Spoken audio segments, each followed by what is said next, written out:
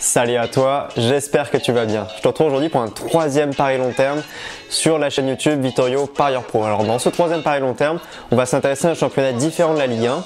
On va s'intéresser aujourd'hui à la Bundesliga et je te fais ça tout de suite. Comme d'habitude, on va s'intéresser d'abord à la dynamique de l'équipe avant de s'intéresser à la dynamique des concurrents. Donc le concurrent, ça va surtout être le Bayern de Munich, mais que Mönchengladbach c'est un peu en train de s'effondrer en ce moment.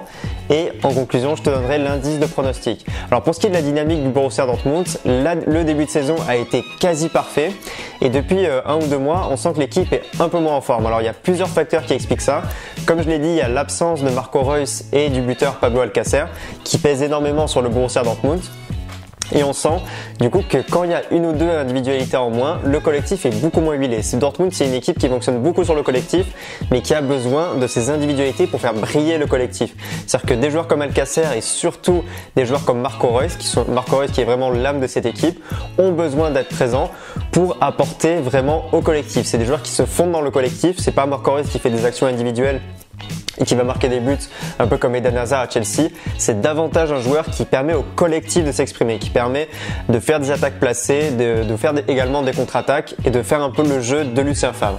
Donc ce qu'on remarque, c'est que quand ces joueurs sont absents, comme ça a été le mois dernier, on a un collectif de Dortmund qui est beaucoup moins bien huilé. Donc ce qui va être intéressant pour Dortmund, c'est que Marco Reus va revenir de blessure là très prochainement. Il y a d'ailleurs Pablo Alcácer qui va revenir et on va voir si vraiment le collectif va se restructurer et va permettre de gagner des matchs un peu plus aisément, parce que sinon ça va peut-être donner des matchs un peu comme des purges face à Nuremberg où il y a eu 0-0, mais avec le retour de ces joueurs on va pouvoir assister à des victoires comme par exemple face à Leverkusen, mais de manière plus nette, avec parfois 2 buts d'écart, parfois 3 buts d'écart comme ce qu'ils faisaient en début de saison.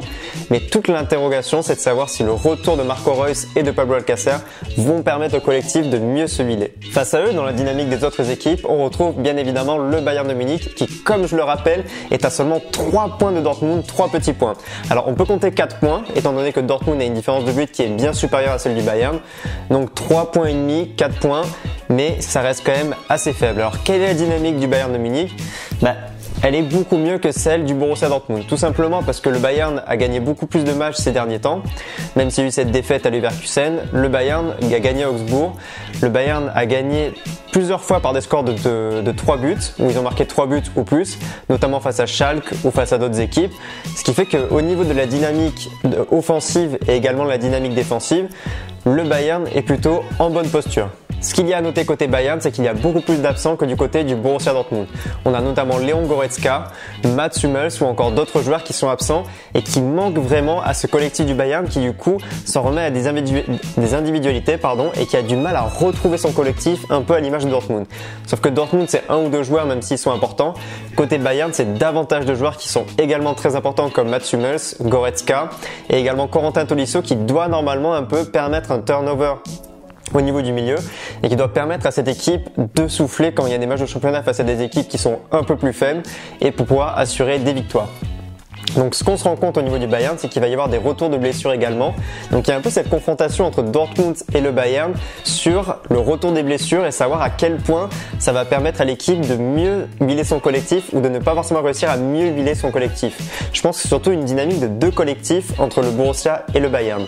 Et ce dont on se rend compte, c'est qu'il va y avoir la rencontre entre le Bayern et le Borussia Dortmund. C'est le Bayern qui va accueillir le Borussia et que si le Bayern gagne face à Dortmund, ce qui est une probabilité assez élevée, je pense que ça va être de l'ordre de 1,70, 1,80 sur les bookmakers.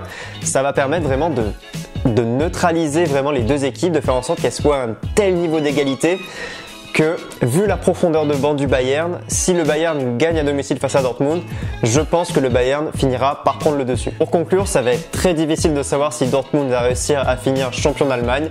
Si tu veux savoir mon pronostic sur le vainqueur de la Bundesliga de la saison 2018-2019, je t'invite à regarder directement dans la description. Tu vas avoir un lien qui va t'amener sur mon site où il y aura un article qui sera beaucoup plus détaillé et où tu auras du coup mon indice de pronostic.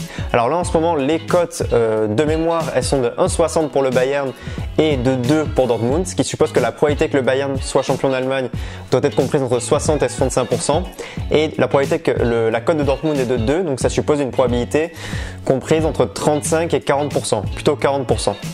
Donc si toi tu as un avis par rapport à si Dortmund va finir champion d'Allemagne ou pas, tu peux le laisser en commentaire, tu peux m'envoyer un message, il n'y a pas de souci. Ça m'intéresse toujours d'avoir les avis des autres. Moi comme d'habitude, je te souhaite tout plein de réussite dans les paris sportifs, je te souhaite le maximum de gains et je te dis à bientôt. Ciao.